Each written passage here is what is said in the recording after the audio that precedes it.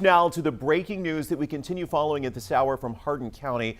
County health leaders confirm there is in fact a whooping cough outbreak. Silsbee ISD is canceling classes on Friday because of a growing number of illnesses. Silsbee ISD confirmed 2 cases of the illness today. West Hardin CISD has a single case, and Lumberton ISD has 4 cases of whooping cough. Now, the Hardin County Health Department says an outbreak occurs when there are 3 or more confirmed cases from different households. So that's what we've got playing out here.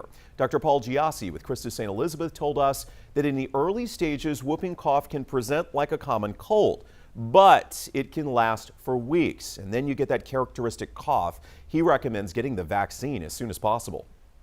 That are compromised or very young, and also the elderly patients, those that are on immunosuppressant drugs, things like chemotherapy. The respiratory infection can lead to bigger issues for the elderly and the young, including pneumonia.